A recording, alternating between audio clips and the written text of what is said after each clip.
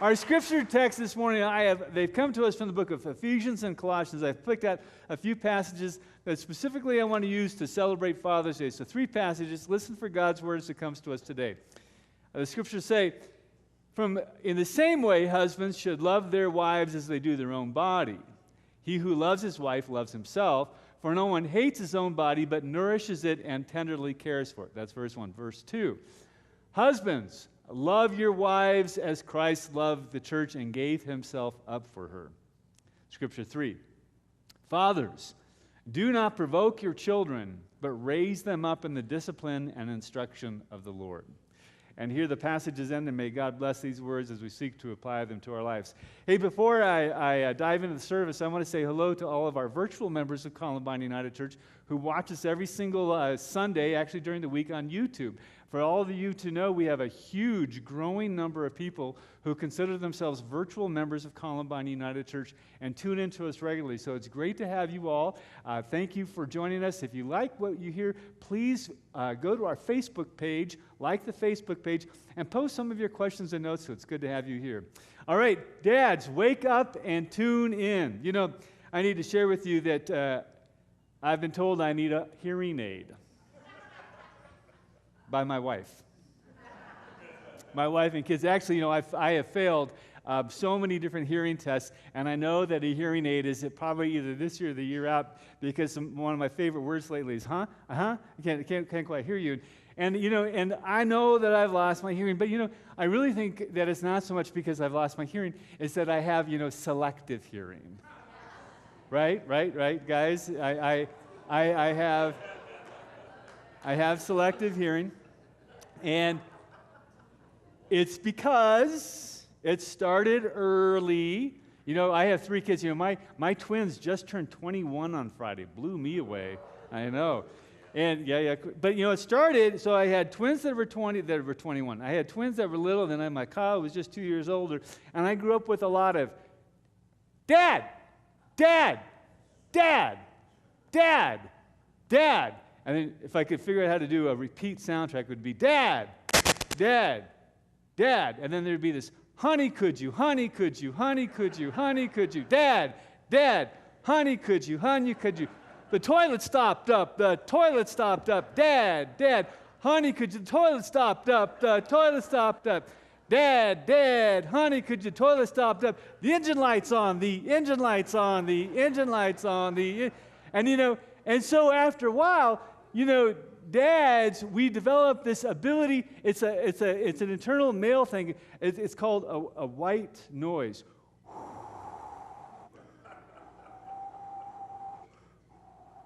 It's a bubble.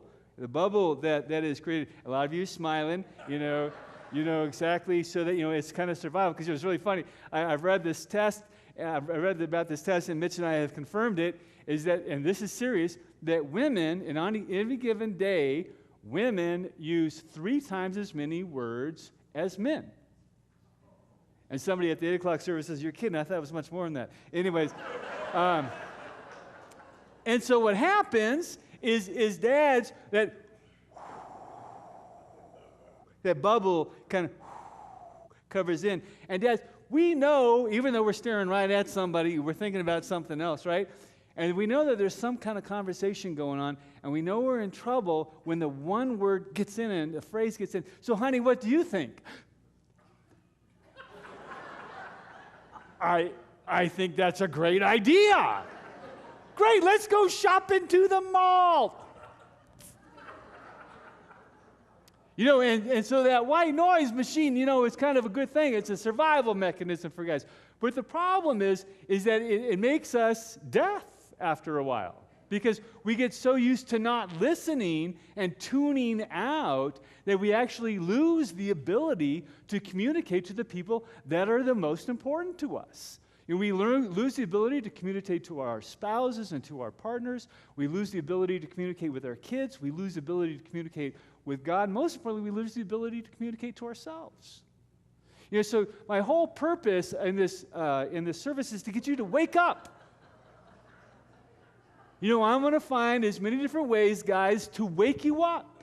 Because, you know, I want you to tune in. I want to teach you how to tune in, how to dial in, so that you can hear the most important people in your life, beginning with yourself, beginning with you and your relationship with God. I want you to tune in. And I'm going to give you kind of three different things I'm going to talk about. I'm going to talk about your relationship with yourself, with your wives, with your partner, relationship with your kids. And if you can just walk out with one of these things.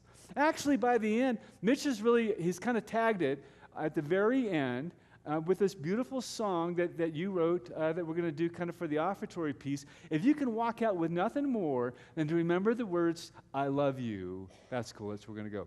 Now, the first thing I want to do is I want to say that I hope this Father's Day sermon is for all the guys, even though this is Father's Day, because I know Father's Day is loaded. Just like Mother's Day, Father's Day is loaded. Not everybody has a good relationship with their dad. You know, a lot of you are not going to call your dad tonight. A lot of you are not going to receive calls. You know, Father's Day, if your father has passed on, you know, that might be a bitter memory, not a sweet memory. And so I pray that in some way that those memories will be bathed with forgiveness and with grace. Also, not everybody is a dad. So I want you to know that this, hopefully, this is for men. If you're a single guy and you're not married, you don't have kids, don't tune out. Tune in. This is still for you. This is still for you. The other thing that's really cool, I think, in this congregation that we get to celebrate, that this church is all about everybody, regardless of sexual orientation. And if you're a gay man and you're in a partner and you've got kids, this is for you too. This is for you on Father's Day. We got a lot of single dads. We got a lot of single dads in this church who are raising kids on their own. What a chore that is. Just like for single moms on Mother's Day, that's a hard thing for dads. Single dads, this is for you as well. Those kind of traditional, you know, husbands, wives, kids, this is for you. Grandfathers, this is for you. You know, one of the things I love about being a grandfather is now my kids are kind of getting a little older. I kind of see what this is all about. Is that Devin Croft, you know, I make these little videos, these teaser videos before each Sunday, and I interviewed a bunch of people last Sunday, and Devin Croft said, you know what I love best is being a grandfather. It takes a whole lot less effort to be a grandfather than a dad. And those of you grandfathers know that because, you know, as a grandfather, you know your sole job in life is to spoil the kid rotten. Just give. This service is for all of you guys. All right, so let's dive in. Let's dive in by looking at this passage. The author says from Ephesians, the same way, husbands should love their wives as they do their own body. He who loves his wife loves himself. For no one ever hates his own body, but nourishes it and tenderly cares for it. One of the things I love about this passage is that I see a reciprocal relationship going on here. That if you want to love your spouse, your partner, your kids, your grandkids, you know what? It starts with you. As dads, you have got to be able to look into the mirror and say, I love you. You're a good guy. I love you. And I know a lot of the women are kind of going, oh, God, don't say that so loud. You know, all he does is he loves himself. So he goes around singing that song. You can help me with that song? Oh, Lord, it's hard to be humble when you're perfect in every way. To know me is to love me. I mess up the song. I get better looking each day. To know me is to love me.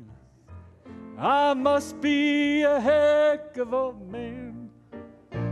Oh Lord, it's hard to be humble, but I'm doing the best that I can. All right, guys, join with me. You know this song. Oh, guys. Oh, Lord, it's hard to be humble when you're perfect in every way. I can't wait to look in the mirror, 'cause I get better looking each day. To know me is to love me. I must be a heck of a man. Oh, Lord, it's hard to be humble, but I'm doing the best that I can. Guys, yeah, baby. Yeah. You know, when I say, guys, you got to love yourself, I'm not talking about being all puffed up and egotistical, because actually, somebody who is egotistical is actually filled with self-loathing. It's not because they are confident in themselves. Someone who is egotistical is, when you start scratching the surface of the veneer of that ego, what you find is somebody who doesn't like themselves. What you find is somebody who doesn't feel as worthy. What you feel is somebody who is not confident in themselves at all. So what I'm trying to do is to say, no, I want you to be able to love yourself because you are a valuable human being. That you are a child of God. And the love that you should feel for yourself radiates from inside yourself.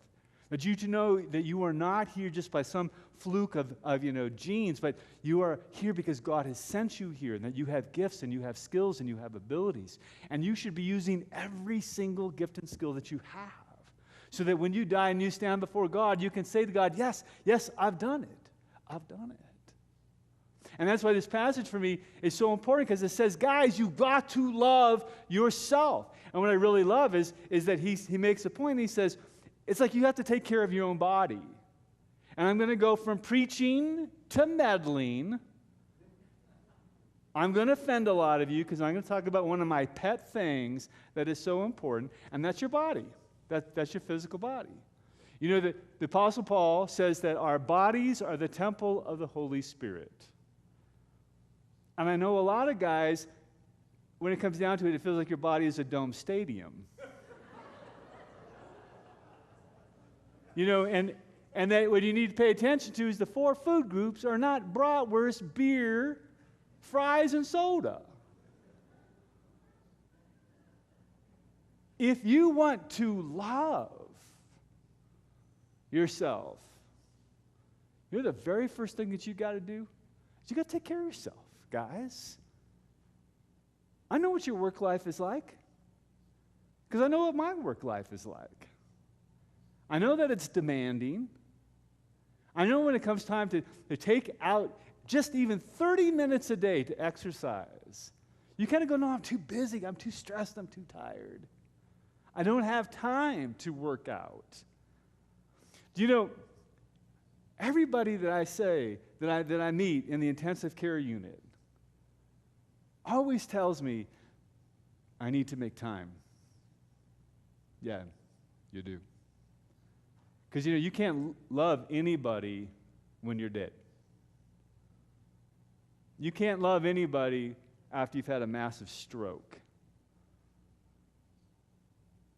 You can't. You know, one of the things that I've loved, Bally's has run this huge thing, advertisement, and it says,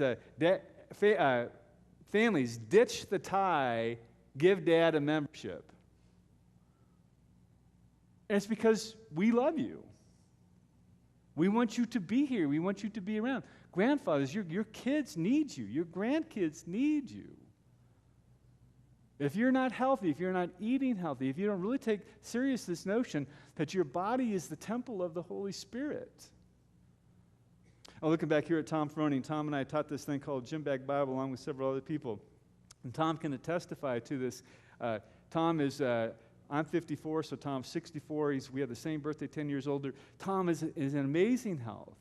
And one of the things that Tom would tell you, he would say, guys, you know what? When you start getting physically in shape, you know what happens? It builds self-confidence.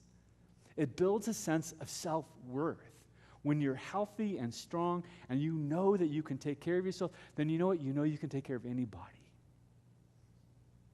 And so I want you today on Father's Day to commit to being healthy, to eating healthy, to getting enough sleep, to taking the time to take care of you.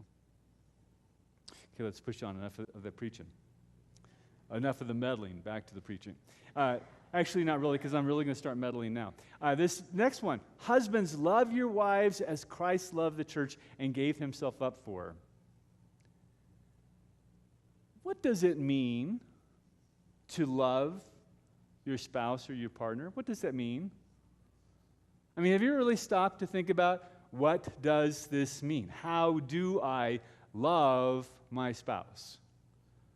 You know, if you sat down, guys, if I got all the women out of here, by the way, you were all supposed to go to brunch, the women. It was just supposed to be us guys here today. Do you know what?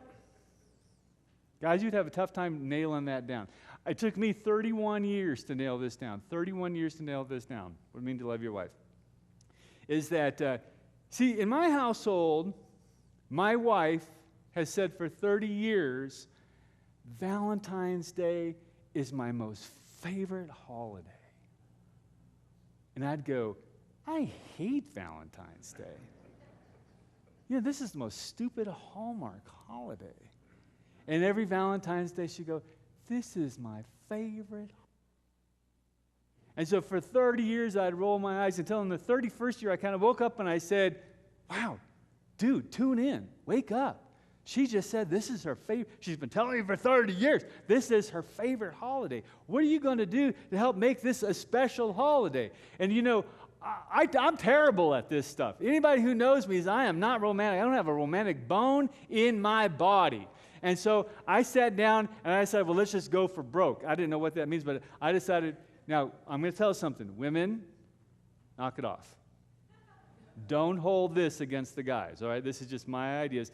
Because every time I tell this idea, the guys always say, shut up. Because what I decided to do is I call it 14 Days of Love. See women, I love it. I love it. It's a good idea. Guys, it's a great idea. It has great benefits, let me tell you. I can't really get into those things.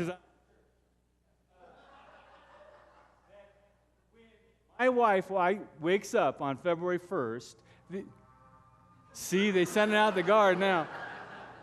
When my wife wakes up on February 1st, the house is decorated. And in the dining room, it's all decorated. There's decorations all over. There's balloons. There's a huge bouquet of flowers. And in the center of the dining room table is a box. And in that box is something special and unique each day. And she's to go to that box, and sometimes it's a scavenger hunt. Sometimes it's a piece of jewelry. Sometimes she doesn't think it's nothing, and then she goes out into her day, but I've planned something, some kind of surprise for her, every single day. And it's like, so it's become this huge thing, 14 days of love. I bit off more than I can chew because I stink at this. And because I stink at this, it takes me all year to think of the 14 things that I'm going to get. In fact, this past Valentine's Day, I had to get a bunch of women to help me. What do I do? And the women are going, I'm going to tell my husband that you do this. But here's the cool thing. You know what it taught me? It taught me how to think about my wife every day of the year because I stink at it. It taught me how to get out of myself and to think about what would Phoebe like? What is good for her? And what it has taught me to do is that it has taught me to understand what Jesus was talking about when he said, this is what it means to love each other. And he took off his outer garment, he put on a towel, and he got down and he washed the disciples' feet. And he says, as I have done for you, you should do for one another. And it taught me how to sacrifice. Because the author says, husbands, love your wives' partners as Jesus did, who sacrificed himself for the church. That's the definition of love is sacrifice. The definition of love is getting out of yourself, getting out of your agenda, getting out of what it is that you want to do, and think about first, what is it that your spouse wants? What is it that your partner wants? And if you want to have a profound Father's Day, after all the hoopla and the gifts and all the dinner, the barbecue, whatever, you sit down with your wife and just say, how can I wash your feet? And boy, she'll say, well, right now, let me get out a tub of water and let's talk. But you ask, how can I serve you? You will have the most profound Father's Day conversation. It's my song, kids. Fathers, do not provoke your children. The word provoke, I was really curious about the word provoke. The Greek word provoke means to sharpen, as somebody would sharpen a knife. And for me, dads, this is about your tone. Your tone. how you carry yourself. Dads, you ever get a paper cut? Hate paper cuts. Cut off my arm with a chainsaw, I'd be better off than with paper cut. Stupid little things hurt, right?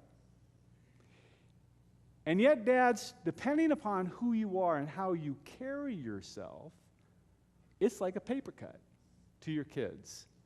And every day is a paper cut. And if you had to have a paper cut every single day, you know what, after a while, your hands would hurt. Dads, when you walk into a room, do your children tense? You know, when they come home, before you come home, or when you come in the door, do the kids ask, what kind of mood is Dad in? When you come into a room, does your wife tense? Does your partner tense? Then you got to pay attention to this word provoke. Because the way you interact with your children is to be a blessing to them. And you have to figure out how you're going to change your tone in such a way so that you are a blessing. You know, one of the things that I try to tell dads is, and this is men of any age, nobody really cares about your day, how your day went. And don't come home thinking that you're going to walk in the door and you get to let your guard down, because that's what dads do. That's what men do. Gosh, my day's been so bad, I get to open up the door and just kind of let it just be myself. No one cares about your day. Your partner, your wife does not care about your day. Your kids do not care about your day. You dads have exactly from the time you leave your office, your commute to get home, you have to shake it off. Shake off your day, because your job when you walk in that door is to serve and to sacrifice. And if you haven't shaken it off, then you've got to go around the block. Do not walk in that front door until you've shaken it off. And if your wife calls you and says, honey, where are you? You say, I'm in Cheyenne. It's been a long day.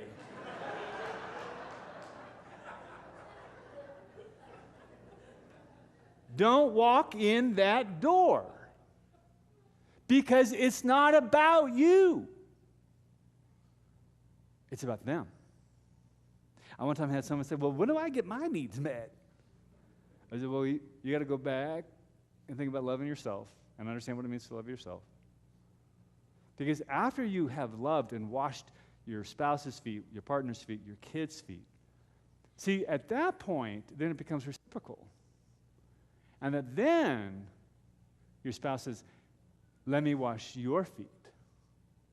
The kids say, let me wash your feet. But Dad, since it's Father's Day, I'm going to say it starts with you.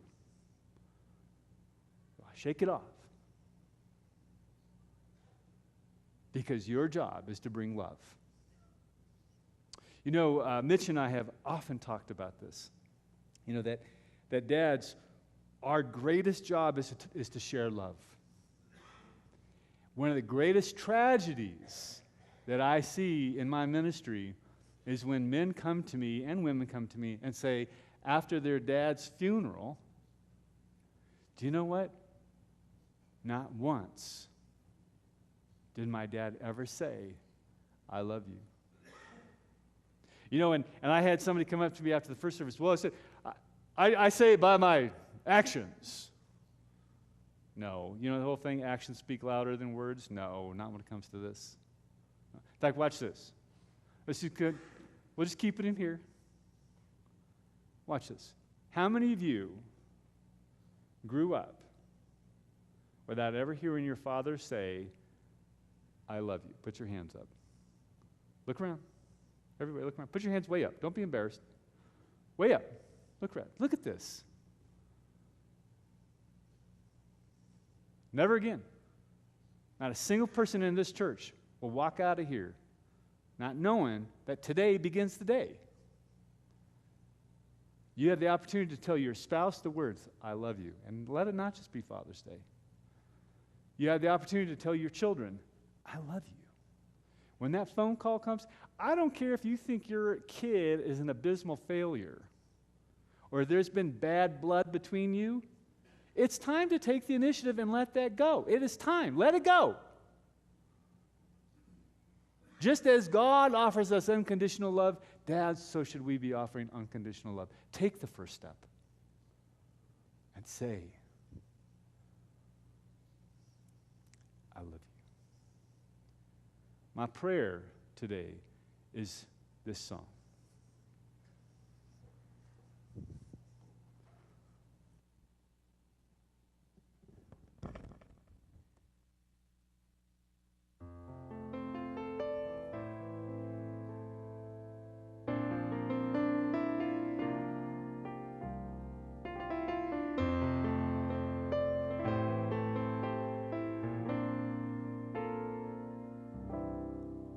Have I ever told you just what you mean to me? Have I ever sat you down and told you straight from my heart? Have I ever told you you've made me a better man just by being my child?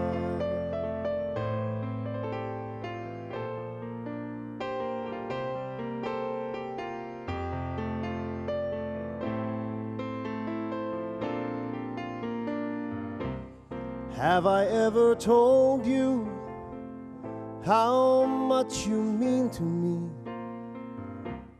Have I ever sat you down and looked you straight in the eyes? Have I ever held you by your shoulders, just you and me? Thanks for being alive.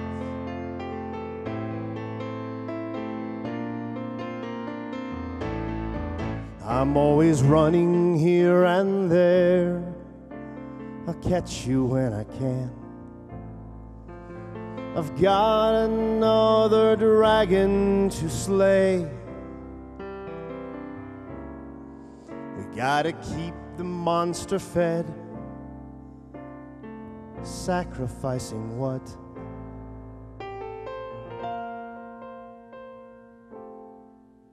Gotta stop. Gotta stop.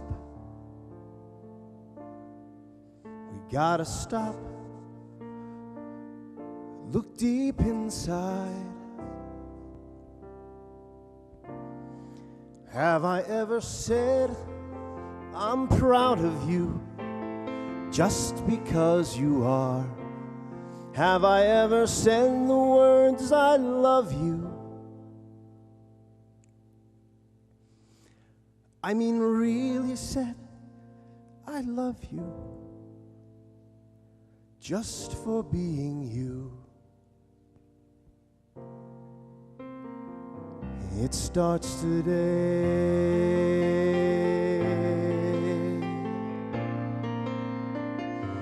It starts today.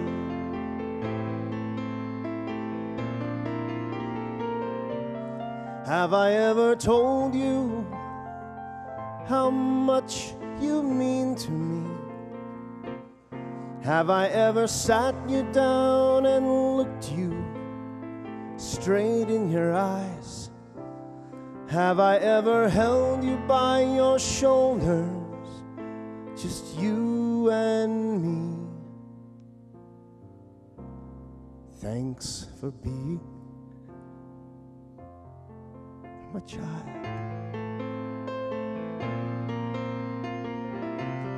It starts today.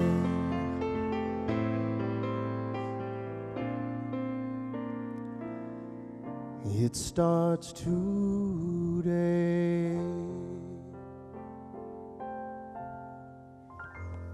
Brian Smith, Mitch Samuels.